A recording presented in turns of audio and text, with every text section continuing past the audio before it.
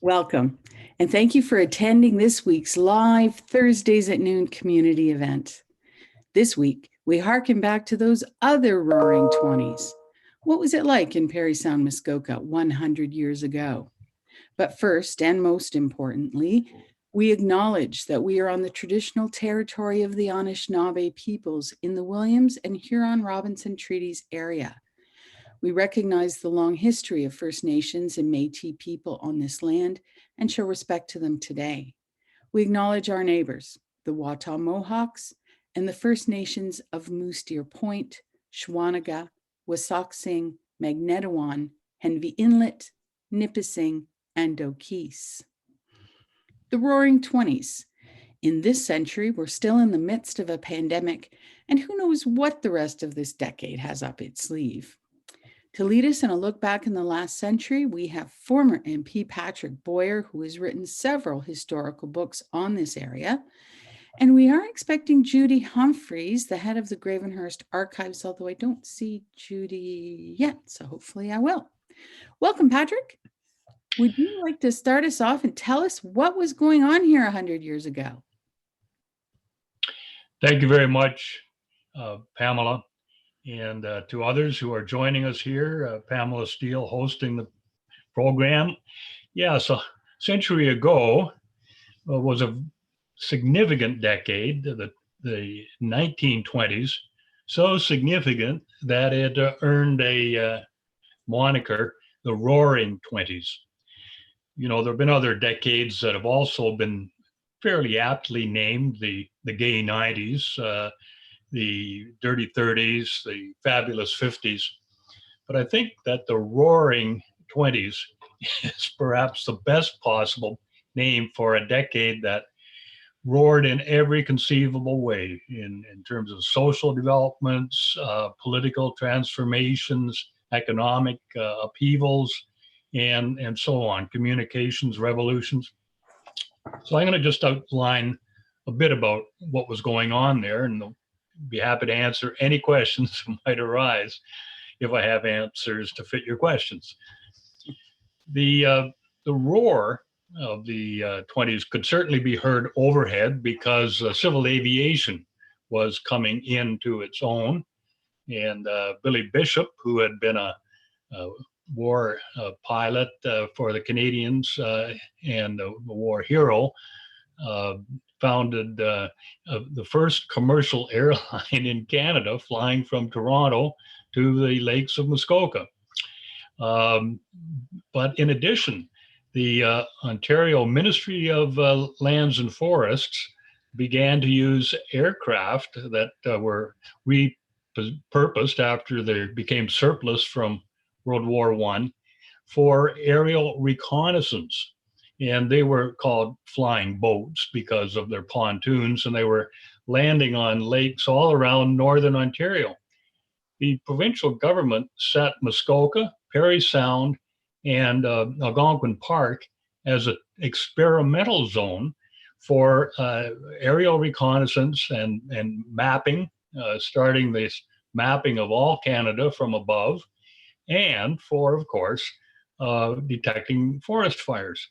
So you could hear the roar overhead in the 20s, but you could hear it along the roads and the streets of our district, and both districts, Parry Sound and Muskoka, and our towns and villages, because the internal combustion engine made a lot of noise.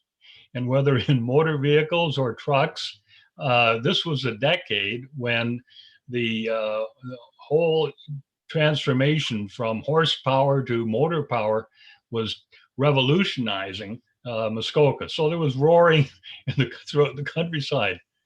And if you went into the movie theaters, it was roaring too. The Lion that started every MGM production was starting to roar. That was the decade that we went from the silent movies to the talkies, so-called. And the Metro Goldwyn Mayer Hollywood studio to this day has still got that roaring Leo, their mascot, lion, at the start of all of their productions. So those were some of the ways that you could hear roars, but there was so much more. so much more. There were profound phenomena that were taking place around the world, and necessarily because world events don't happen up in the clouds, they actually occur at ground level in the lives of real people. This is where the end of the First World War was playing out. And the Spanish flu world pandemic was coming home to roost as well. Events like that. And the I think if we actually shift, the decade is 10 years, right? But if we just shift it 1 year forward to 1919, those events, the vacuum that was created at the end of the First World War, and the pandemic that was at its height in 1919, killing millions worldwide, including hundreds in Muskoka and Parry Sound. So we include 1919 as the opening of the Roaring Twenties, and ended at 1929, which brought in the stock market crash, the bottoming out of the boom economy that had been going on all during the Roaring Twenties, when the motto was have fun, get rich. And so many people became paper millionaires, secretaries, office boys, everybody learning to buy shares on margin. This was part of the Roaring Twenties, the big roar of the stock markets. That came to a thudding crash in 1929, Black Friday in October. And so that's really the decade that ends the Roaring Twenties and begins the Dirty Thirties, the decade-long depression that itself ended in 1939 with the outbreak of another world war. So if we stick with the 20s, what else was happening? Well, in the social level, women were becoming very liberated. A huge transformation in the position of women in society. First of all, during the Great War, all the men who left the farms and the factories of Parry Sound and Muskoka to go overseas were replaced in their jobs by women. I said for in the fields and the factories, but also on the farms. Well, agriculture was a major part of our community, farming families, and women were doing all kinds of farm labor work that they had not previously done. But they were driving motor vehicles, transport trucks, ambulances, all kinds of activities like that. And they got to vote. In the 1917 federal election, which was the general election that was really like a referendum on conscription, women who were in any way connected with the armed forces, their husband, their son, their father, or they were in the Canadian forces, or they were nurses, they all got to vote. It was a selective enfranchisement of women. But by the 1919 in Ontario, the franchise, the right to vote, was extended to all women, age of majority, who were residents and British subjects in the province. So with this great new power, kind of doubling the electorate, a lot was in play. And what happened in Ontario in 1919? The Conservatives did not get reelected. The Liberals did not get reelected. The Farmers' Party of Ontario, the United Farmers of Ontario, won more seats than any, and the organized labor. So the Labor Party and the Farmers' Party won and formed a coalition government. So this was the beginning of the political upheaval, and that led to the formation of United Farmers of Alberta, forming a provincial government in that province. in 1921, and ditto in Manitoba in 1922. And then along came a federal election, 1921. Total contrast to our general election this fall in 2021, which is basically was a non-event, right, in terms of the changes. 100 years ago, everything changed. The progressives, which was part of a North American movement in the United States and Canada, the progressive movement that had got underway in the 1880s and 90s, a modernizing force, trying to get rid of a lot of the old practices and be more modern and truly North American. A lot of support in rural areas. Well, it elected a huge number of members to the House of Commons. The Liberals still stayed on in office, but there were more progressives elected than conservatives.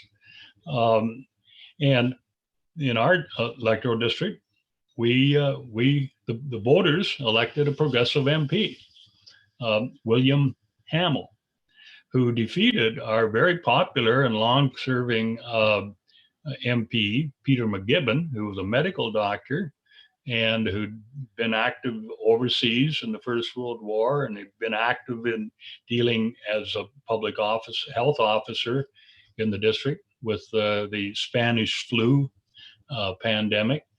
He was defeated. So Muskoka was part of that political transformation in the country. But there were other big political changes going on as well.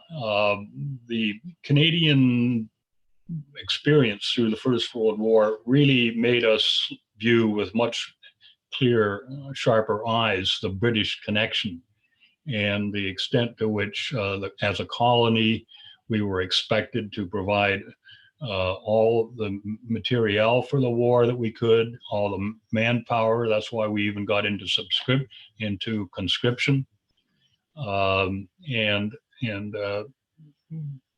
for the price that was not worth paying,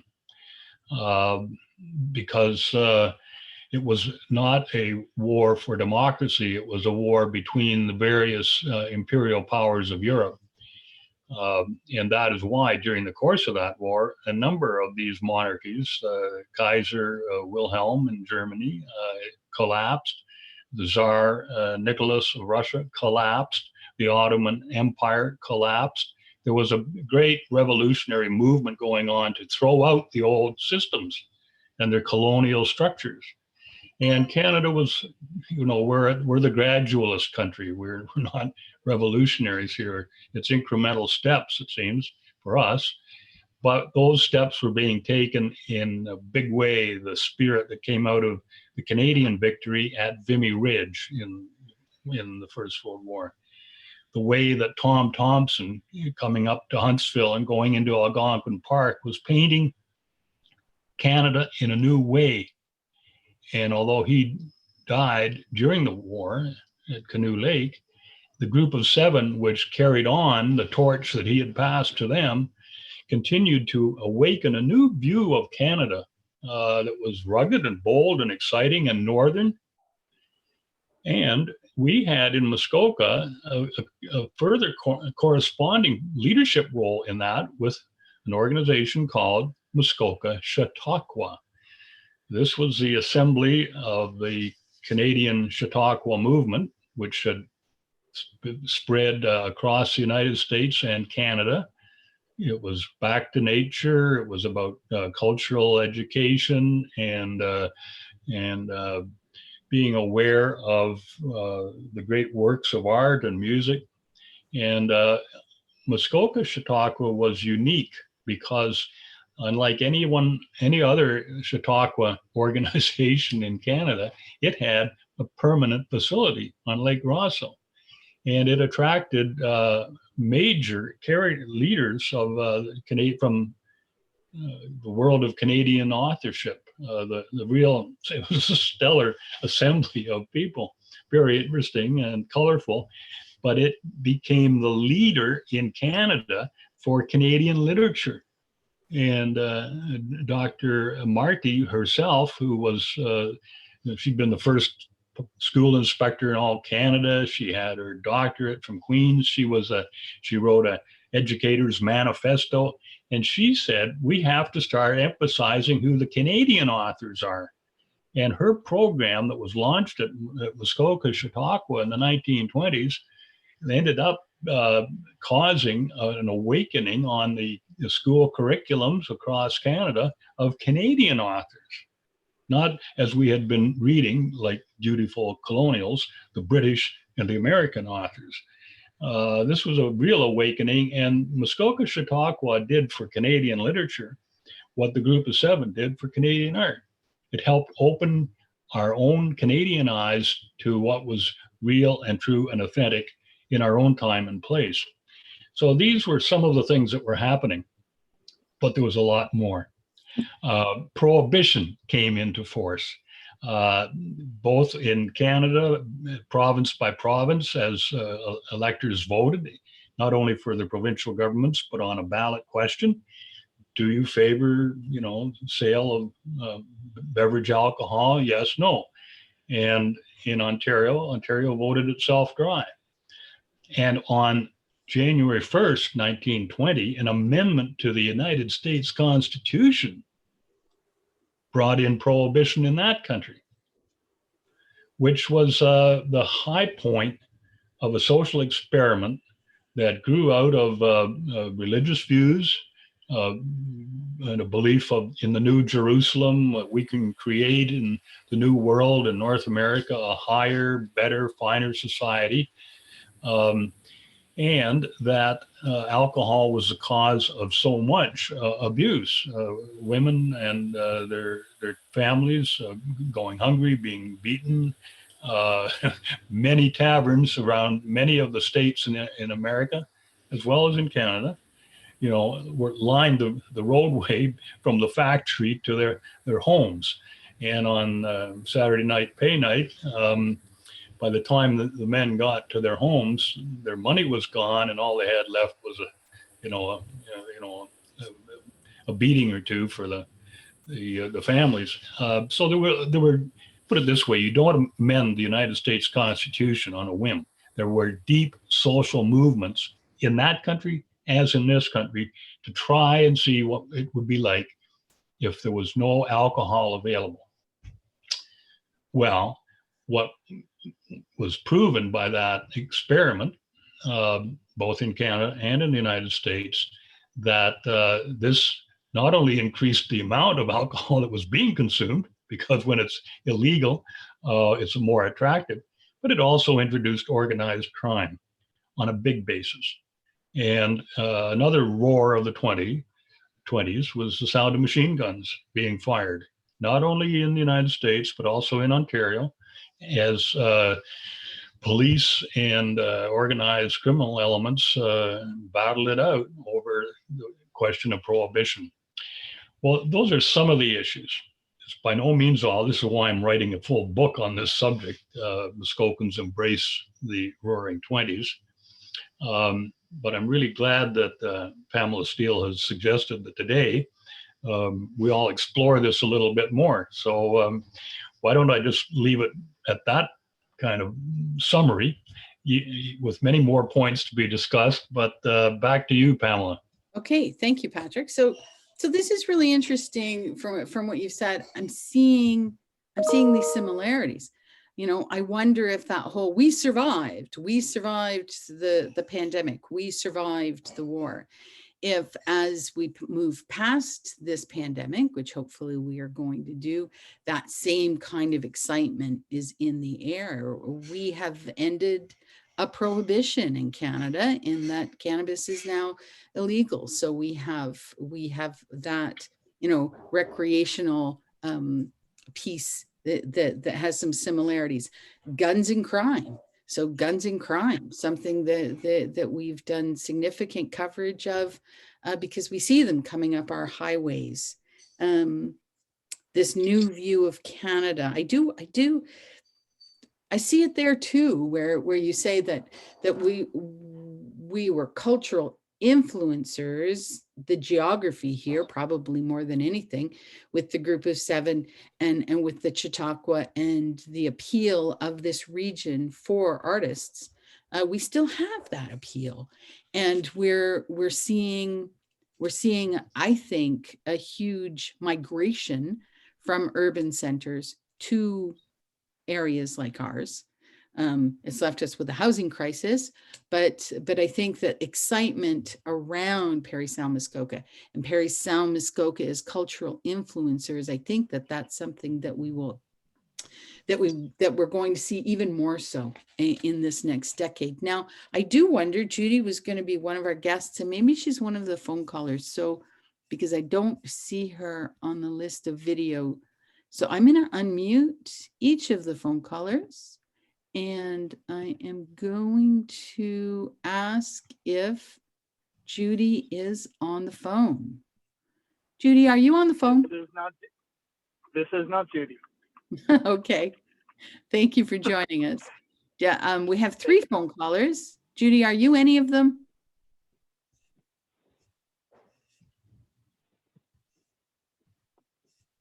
Okay, I'm going to say that we don't have Judy on the phone. We do have a question for you, Patrick. Did the Roaring Twenties set up Parry Sound-Muskoka as the tourist region it still is, or did that exist before? The 20s reinforced what had been underway since the 1870s. The thing that really opened up Muskoka. Oh, hold on a second, Patrick. You were muted. Can you say, you said the thing that really opened up Muskoka? Right. Well, basically what happens with, we see the more we look through the lens, the long lens of history, is how patterns reinforce and repeat. In fact, Pamela, in your summary, just when I finished saying what I did, you were talking about similarities and trends between the 1920s and the 20s, and we can see what was different and the same in these patterns. And that's why when we look at whether this, in answer to this question, did the 20s have a really big impact on Muskoka as a vacation, our vacation economy, and as a destination? Absolutely, yes. It didn't begin then.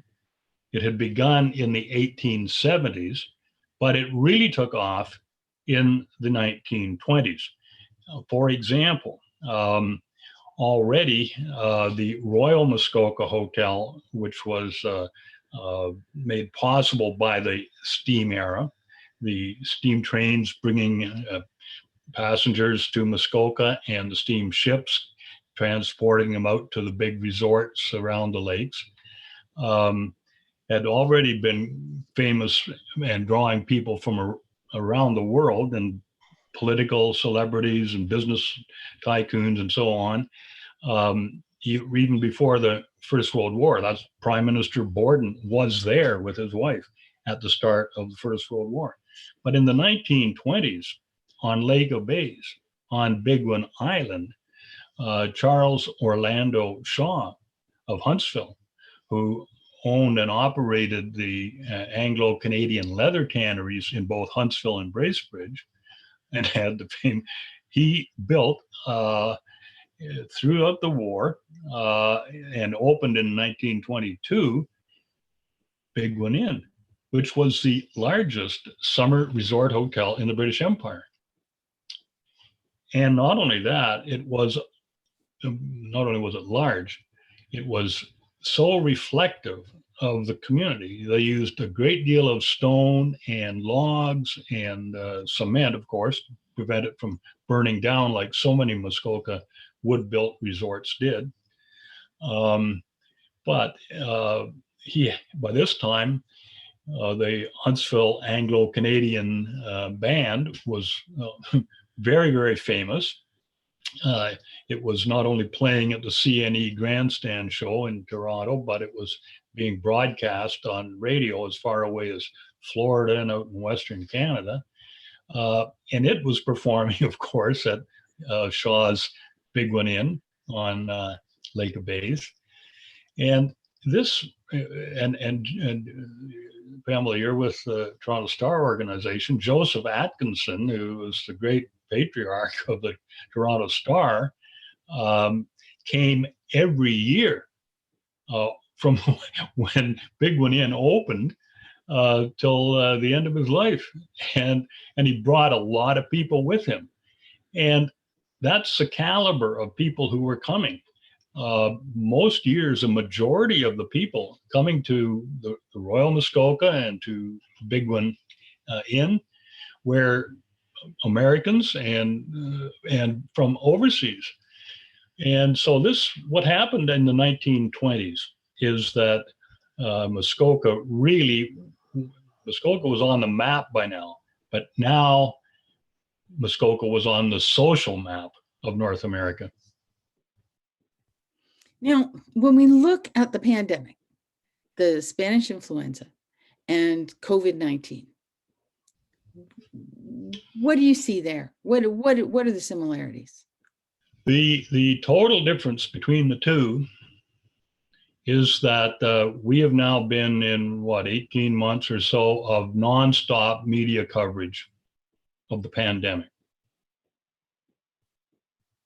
And with the Spanish flu, it was totally silent. There was complete censorship and cover up, and nobody knew what was causing all the deaths. There was a war in 1918 when the Spanish flu began to spread. As there were in France, there was mutiny going on in France. Nobody was happy with the way the war was being lost. There were strikes in the factories, and a Chinese construction battalion was brought in by ship, having sailed from China and in the close confines of a large ship. Perfect incubation for the influenza. And they went into factories and they did construction work along the Western Front. And the Western Front, which stretched all the way from the Swiss Alps to the North Sea, was the perfect place if you wanted to incubate on a grand scale an influenza, because you've got these young men living in vile conditions in these trenches in close quarters, no hygiene, and moving from this sector to that sector, being removed out to hospitals and on troop trains and so on, and to Britain, and from Britain by ship back to Canada.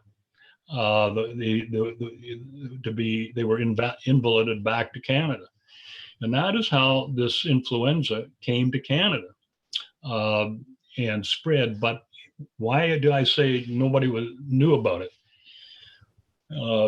First of all, with the war on, the military suppressed any information about the health of their troops, because that was strategic intelligence that was very dangerous if it was out. Not just this influenza, but mumps, venereal disease, a lot of things that were debilitating the fighting forces. And on top of that, the government, including the governments of Ottawa and the Western world, were all saying, no problem. Yeah, it spreads fast, but it clears out. It's not serious, and it clears up quickly. Why is it called the Spanish flu? Is because for some reason, just about every country in the world was in that war, but not Spain. And so when this epidemic began spreading into Spain, their doctors were able to diagnose it, just as the doctors in every other country, as some kind of influenza. But the Spanish press was not under wartime press censorship. So they reported influenza sweeping Madrid and deaths by the thousands. And so this is what was then. All the other papers, from the London Post to the New York Times to the Toronto Star, all these papers began talking about the Spanish flu because it had first been named and identified in Spain, but it did not originate there, and it was everywhere else. And at that time as well, Ottawa did not have a health department, the government of Canada. And in the province, the health authorities were, like there was a health commission to deal with these sorts of things. The front line for dealing with any kind of health issues, community health issues, were the municipalities. So in Bracebridge or Huntsville or Parry Sound or anywhere, it fell to the local people to really be the first responders and the only responders. And that's what happened. It was in Huntsville that they decided, okay, we're going to close the schools and nobody can go to the theater. And in fact, we're going to close the churches for no more services. And a lot of the practices that we have seen in 2020 and 2021 to try and, curtail transmission were being developed at the local level in this country 100 years ago. I did not know that. Interesting. Okay, so let's now go to our audience. Do we have any questions, folks? Does anyone have any questions for Patrick? I'm going to unmute the telephones again. Any questions?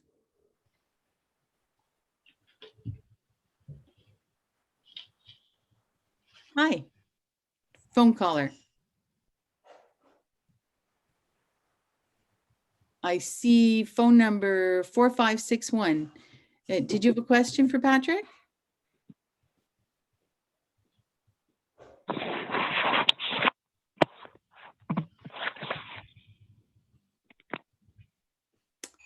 That does not seem to be going all that well. These are questions I'm finding very easy to answer. We're not trying to trick you. Okay, so failing that, I have many more questions for you, Patrick. My next one is, so when we think of the Roaring Twenties, when I have an image of the Roaring Twenties in my head, I'm thinking Chicago, I'm thinking bathtub gin, I'm thinking an urban environment with speakeasies and that sort of thing. So in Parry Sound-Muskoka, which seems which I'm pretty sure was still very agrarian at that time, did you have that same kind of party going on? Oh yes, absolutely. It was, as I say, be happy, have fun, get rich. And that was the image of Chicago comes from all those movies that we watched about Elliot Ness and Al Capone and dealing with all the crime in Chicago where they were raiding the speakeasies and the distilleries and the breweries and seizing and busting open the barrels of beer and pouring all the bottles of gin down the drain and that kind of thing. But, that was a decade when in this country, the Bronfman family made its millions. And in the United States, the Kennedy family made its millions. And many, many others across both countries made their millions by illegally brewing and distilling beverage alcohol and putting it across the lines. In the riding that I represented in when I was an MP in the House of Commons, Etobicoke Lakeshore, right along the shore there was a large stone boathouse in which a huge launch had been kept to make the night runs straight across from all the distilled alcohol from Ontario, straight across to quiet little ports on the north shore, on the American side of Lake Ontario. This was happening in Western Canada and the Maritimes. And so with all of this booze available and prohibited and being sold, as you say, Pamela, in speakeasies, which were down just a nice name for underground tavern that you had to know the code to get in, and then you were in and having a great time. And that's where the flappers were dancing. They were dancing everywhere, but that was a whole style that came in with the music. And women's clothing totally changed, very stylish. That in style, the 20s are just majestic. That's when we get Art Deco, totally liberating design in architecture and furniture and patterns. And clothing as well, all reflected this new liberated spirit and free, clean lines. All that was happening here. And how much was that happening here? Well, I talked earlier about Big One Inn. And some of the people locally that have written about C.O. Shaw just couldn't accept the fact that this man was an American business tycoon, clear-eyed and hard-driving, operating in Muskoka. And so it was kind of the Canadian thing to put him down, right? And in doing so, a lot of people, these are in books that have been written about our history, which is why my books are a bit revisionist history, to put a different view and a wider perspective on these events. The story about Shaw was, well, he was a puritanical man, and he imposed his views about not drinking on all the guests that came to Big One Inn. Well, he actually wasn't imposing his views. Prohibition was in effect by law in the province. But what actually happened, back on your question, Pamela, about were there parties going on and people having a good time? Yes, at Big One Inn, for sure. There was no alcohol with the meals. There was no drinking in any of the central places, but all the busboys, all that worked there, dozens of them, knew exactly where the ice vending machines were, and with the right call would supply a big bucket of ice to any of the dozens and dozens and dozens of rooms throughout the whole complex of Big One Inn, and got a good tip as well in the process. That's great. I think Brent had a question. Brent, do you have a question for Patrick? Well, a comment that could lead to a question. One of my hobbies is studying underworld gangs and the mafia per se. And you mentioned, just as you were going on there, Patrick, about the illegal gambling and the illegal bootleg alcohol that came from Canada. That's what basically made Joseph Kennedy's fortune. Correct? Am I wrong in that? That's right. That's right. Yeah. Joe Kennedy. Yeah. Yeah.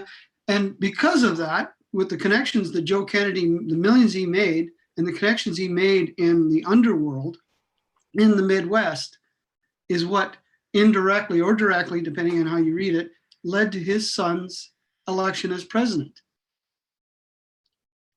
So you got to look at this is the value of history. We're looking at not one man, but we're looking at generations. And, it's the same with the great prestige of the Bronfman family in Canada today, and all the wonderful philanthropic things that the members of that family are doing. And just mentioning the Kennedys or the Bronfmans is only to single out two of dozens who made great fortunes supplying beverage alcohol during Prohibition. Mm-hmm. And Joe Kennedy was then appointed by President Roosevelt, because he was a big supporter of the Democrats, as the British ambassador to the United Kingdom. And that's where his son, John Kennedy, had a great front row seat for history being made, and wrote about one of his books. One of JFK's books was Why England Slept. He was writing about history. He witnessed it there. And so in the second generation, and then the third generation, but especially the second, these are people that have the benefit of very entrepreneurial, aggressive, highly wealthy fathers who want to do, and if you know, yeah, I'm sure, Brent, in all your movies and so on, you've been watching the Godfather series, so you know about the effort to go legit, to launder the money, to have the next generation, get elected to the Senate, and in the United States. And so this is all part of the picture, but the roots of these events are in the 1920s, the Roaring '20s.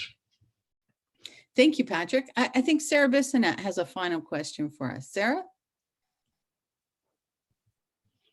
Hey, so I was asking if there was a policy or movement that was started in the 20s that had an effect on us still today that we might not realize. I was thinking about Canada content, and that popped into my mind when you were talking about Muskoka charcuterie, anyway, I can't talk, and the requirement to focus on the Canadian authors rather than just the British. Yes, Sarah, I think it certainly did, the cultural awakening of Canadians, and it is still an issue with us today. It's very frustrating, very annoying for those of us that are born in this country and believe in Canada and feel Canadian, to see the extent to which our institutions and loyalties are still residing outside the borders of our own country. Like, Peter Mansbridge is not doing national news anymore on CBC, but whenever there was certainly a coronation or a royal wedding or a royal baby or a royal anything, Peter would, encamp in London with a large production group, and do the interviews with all sorts of folks. And the number of people in Canada that doted on that, and that would go to high teas and so on, kind of imitating and echoing this society that is not our own. This is a battle that is still underway, and we're not always winning it, because when it was books, British published books and American published books, you could control what was on the school curriculum and gradually eliminate others and include Canadians. But the whole thing, got to remember, in the 1920s, what did we have? We had telegrams, we had newspapers, and radio was coming in. And what do we got a century later? Well, multiply that by 10 or 20 different media and channels of communication. And so, the Americans long ago gave up their idea that they had in 1812 and again in the 1860s of northern conquest, adding a lot more stars to the Stars and Stripes.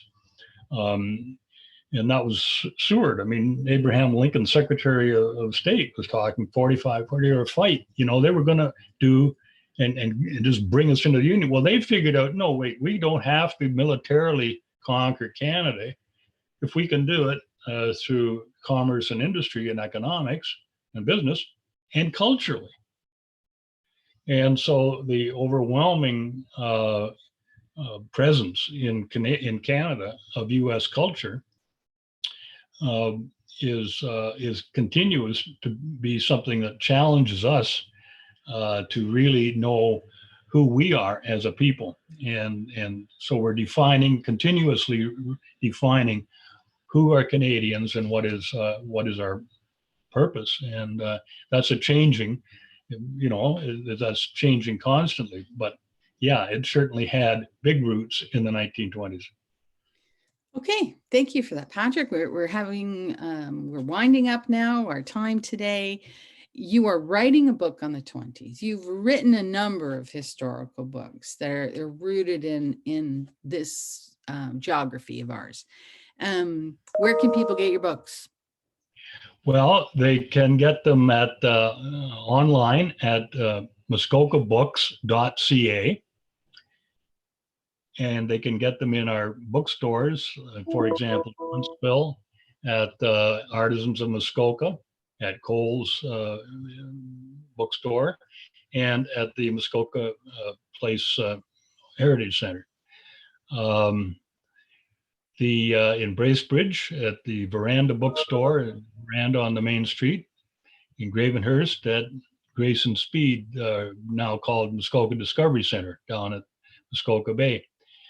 One of those books is called, the first one in this new series I'm doing, Pamela, on the modern history of Muskoka, is the one you know about, Muskokans Fight the Great War. This winter, another book in that series is coming out called Putting Muskoka on the Map, from Indigenous Wayfinding to Satellite Imaging. And that will be followed next summer by Muskokans Embrace the Roaring Twenties. And you and anybody else who's joined us for this intimate session today had a sneak preview of some of the contents. That's fantastic. Thank you, Patrick. And thank you everyone for joining us. Next week, things heat up as we talk climate. So I do hope to see you next Thursday at noon. Bye, everyone.